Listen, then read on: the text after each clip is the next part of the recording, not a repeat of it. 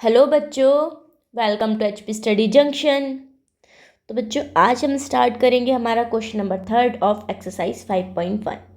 Second question तक हमने last में बहुत ही अच्छे से एक एक डेफिनेशन को डायग्राम के थ्रू समझ लिया था। आज हम क्वेश्चन नंबर 3 स्टार्ट करेंगे। तो चलिए पहले तो क्वेश्चन ही पढ़ते हैं। क्या कह रहा है?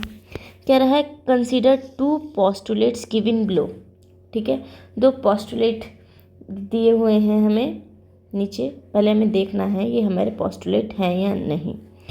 Given any 2 distinct points A and B, there exist a third point C which is in between A and B. तो हमें क्या है कह रहा है इसमें, गिवन एनी 2 डिस्टिंक्ट पॉइंट, हमें कोई भी 2 डिस्टिंक्ट पॉइंट दे रखे हैं ए एंड बी, और उन दोनों पॉइंट्स के बीच में एक थर्ड पॉइंट लाई कर रहा है, डेट इज सी।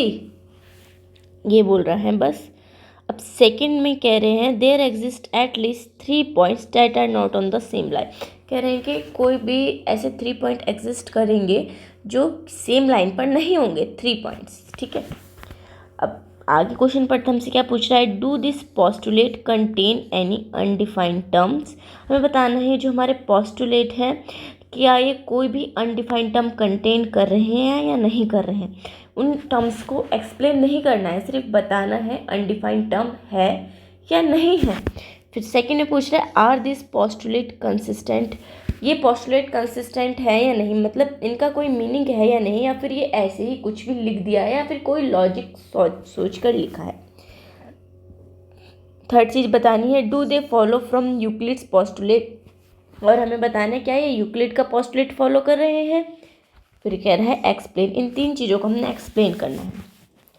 तो सबसे पहले तो बच्चों देखो, मैं आपको फर्स्ट वाले का मतलब समझा देती हूँ। कह रहा है given any 2 distinct point A and B. ठीक है, मेरे पास 2 डिस्टिंक्ट पॉइंट हैं। ये सपोज ये ए हो गया and this is B.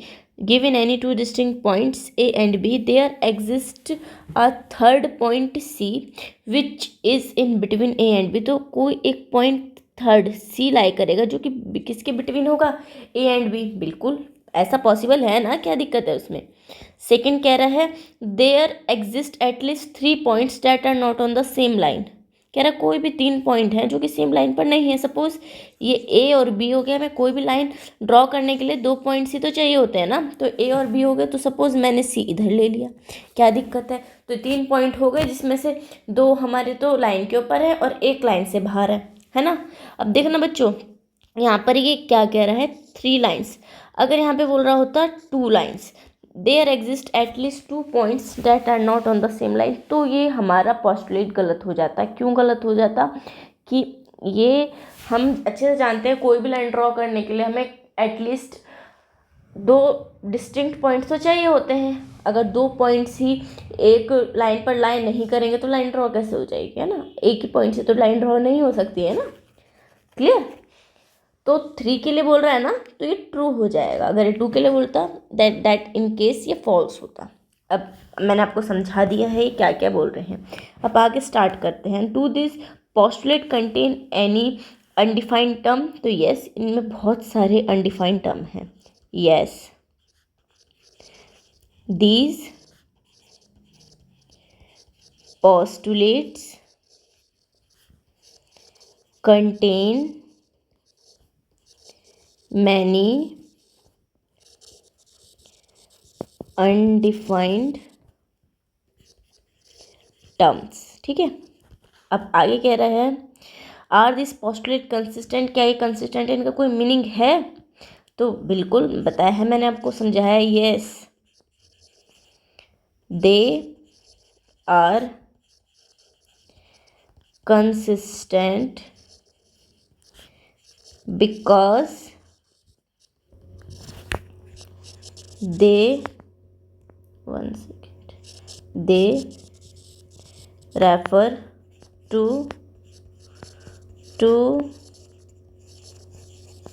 different situation. 2 different situation को डील कर रहे हैं ना ये, कि एक तो हमारा लाइन के ऊपर ही पॉइंट है, दूसरा लाइन से बाहर।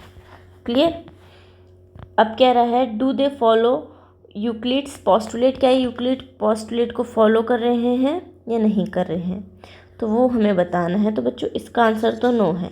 हमने ऐसा कोई पढ़ा थोड़ी है, यूक्लिड ने पोस्टुलेट नहीं दिया है। No, these postulates do not follow one second Euclid's postulate। They but ये एग्जिम ज़रूर फॉलो करते हैं यूक्लिड का दिया हुआ। They follow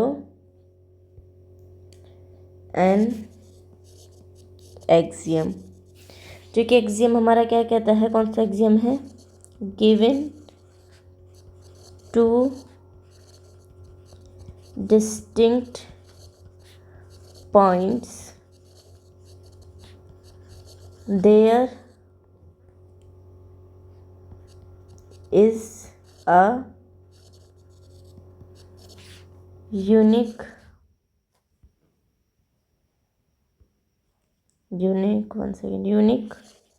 line that pass through them। तो देखो क्या कहता है, given two distinct point there is a unique line that pass through them. किन्हीं भी दो डिस्टिंक्ट पॉइंट के लिए एक यूनिक लाइन होगी जो उन दोनों पॉइंट के थ्रू पास करेगी। Unique in the sense in दो पॉइंट से इसके अलावा कोई और लाइन पास नहीं करेगी, और करेगी तो वो इन दोनों लाइन से ही पास करेगी। तो हम क्या कहेंगे, ये आपस में कोइंसाइड कर रहे हैं। ठीक है बच्चों, क्लियर। तो इसी के साथ हमारा ये क्वेश्चन नंबर 3 भी कंप्लीट हुआ। नेक्स्ट वीडियो से हम क्वेश्चन नंबर 4 स्टार्ट करेंगे बच्चों। तो अभी के लिए इतना ही, ठीक है। और अगर आपको वीडियोस पसंद आ रही हो then please like share and subscribe.